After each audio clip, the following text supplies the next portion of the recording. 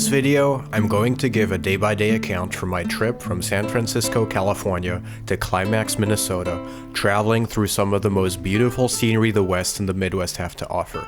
I made this video as a memento, so I can watch back in 20 years and reminisce.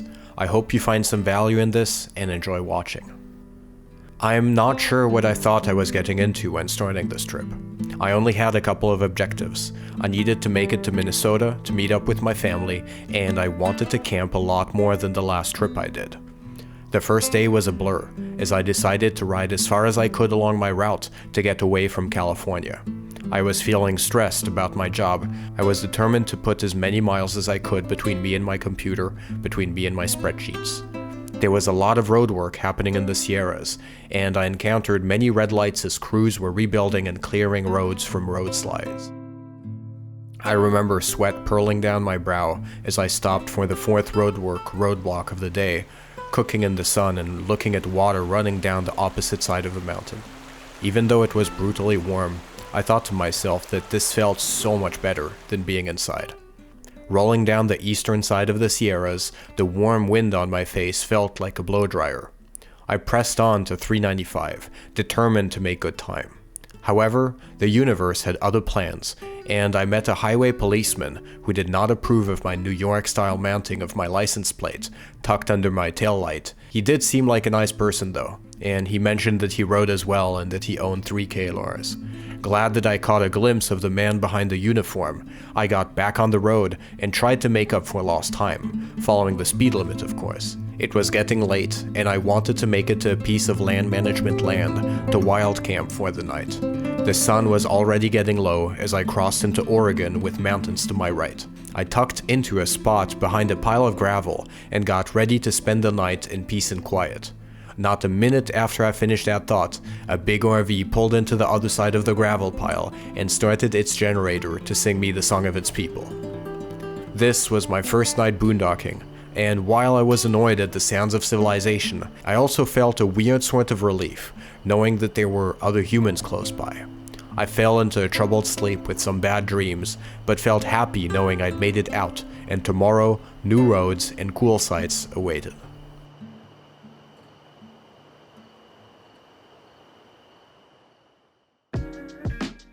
Waking up, the campsite felt much more welcoming than it looked like the night before.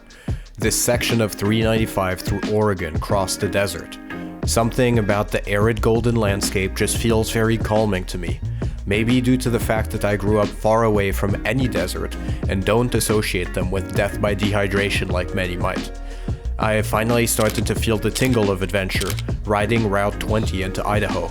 However, that tingle was soon replaced by more crushing heat, and I actually had to pull over, take a short nap and soak my cooling vest in some water at a nearby park as I felt myself losing focus of the road.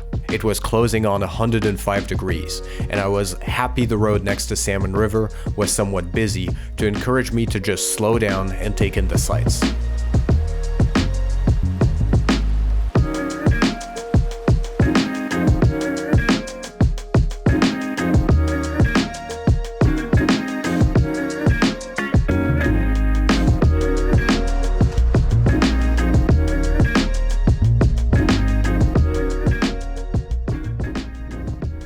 I did not immediately find a campsite that night. I pulled into multiple places before finally finding a unicorn, a nice site by the water with access to the river. I quickly put my tent up and ate dinner with my feet in the water. The adventure had started.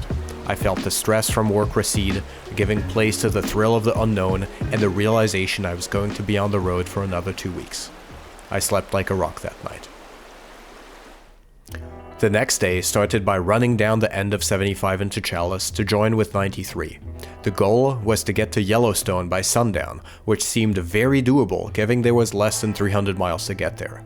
75 ran next to Salmon River, and it was nice to ride it in the morning with fewer visitors. While 93 wasn't the curviest or craziest road of the trip, it offered a really nice scenery lined with tall mountains like Dickey Peak or Bora Peak. However, once I got to Idaho Falls, I knew I was going to have to adjust my plan for the day. Looking at the weather, it seemed like the whole evening was going to bring rain and thunderstorms.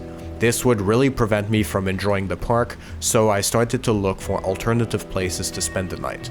I considered a hotel, but close to Yellowstone the prices were very high, even for basic motels, and I didn't feel like destroying my trip budget this early into the trip.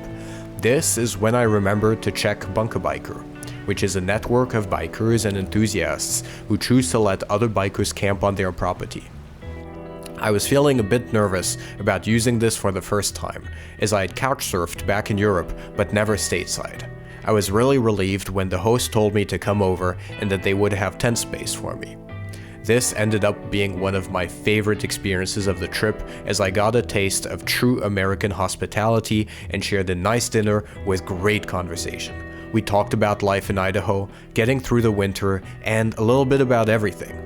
I'm really grateful I got to meet Kevin and Milani, giving me a glimpse into a very different life than the one I lived for most of my life.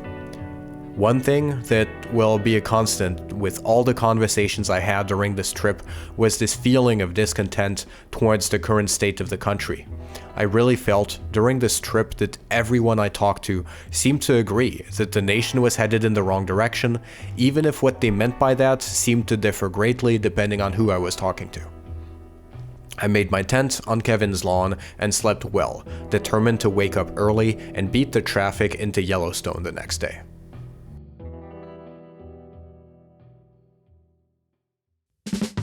I woke up before the sun and packed up as soon as I could. Rolling into the park at 6 a.m., still saw traffic at the gate and a long line of cars eager to see the natural beauty of the park. I understood why pretty quickly, seeing the steam seep through the trees as I rode by and stopped every 5 minutes to take a look at a mud pot or a geyser. Witnessing the park from the motorcycle surely was the best way to experience it. In certain areas, the park smelled like sulfur, like an egg you'd forgotten for a little bit too long outside. Some areas of the park were distinctly warmer than others. Passing over a steamy bridge brought warmth, and going through the trees I could feel the chill of the wind blowing off the river. This was beautiful. However, I couldn't help but be a bit overwhelmed with the amount of crowds and infrastructure in the park. While an amazingly large park, it felt difficult to find a spot to feel a moment of solitude with nature. Everyone should be able to enjoy nature. Nonetheless, this park gave off a nature theme park vibe, like a nature Disneyland with tourists crawling over each other to take a photo of a passing bison.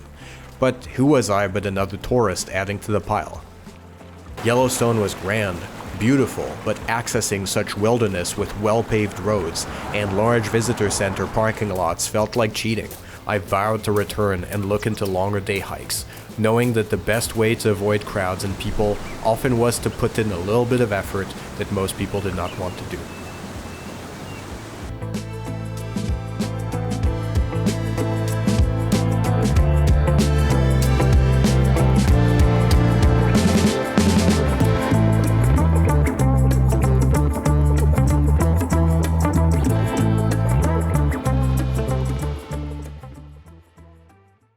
My yearning for solitude and wilderness were answered as I carried on in the direction of Bighorn National Forest.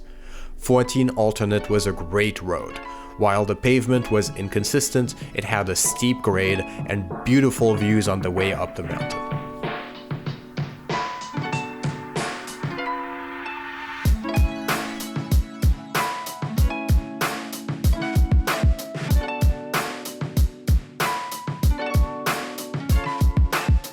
Bighorn National Forest was a beautiful experience as it was incredibly empty, leaving plenty of moments of solitude with the road and the beautiful views it offered.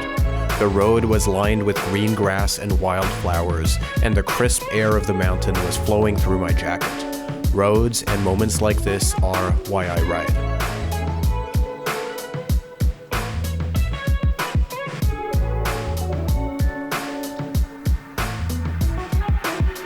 After quickly stopping in Dayton for gas, I decided to press on.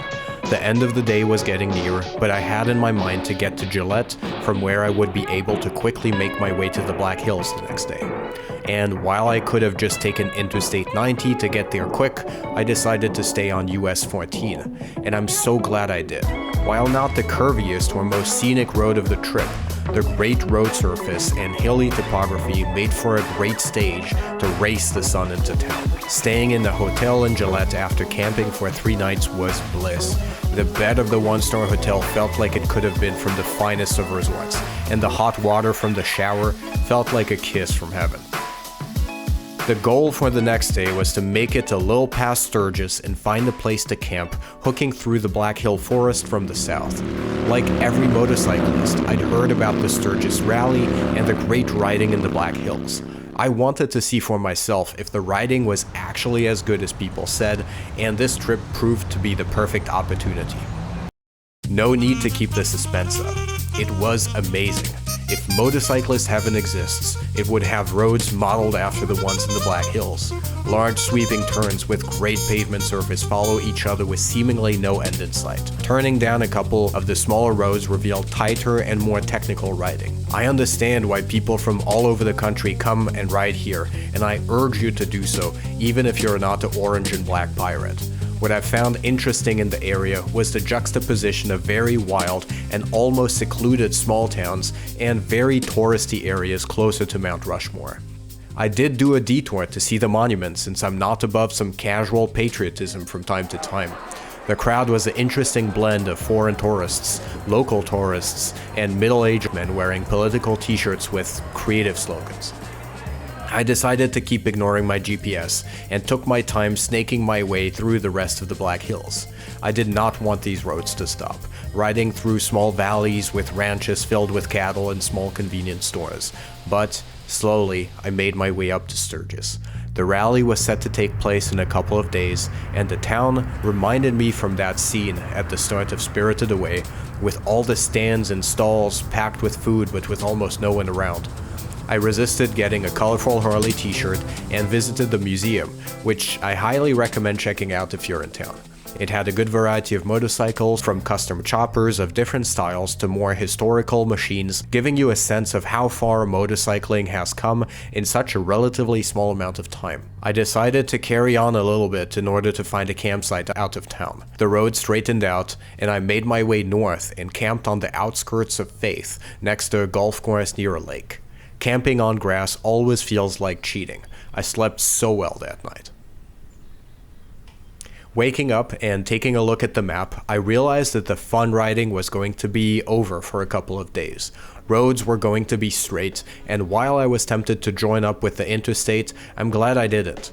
Calmly making my way through field after field of sunflowers, sugar beet, or cattle was very relaxing.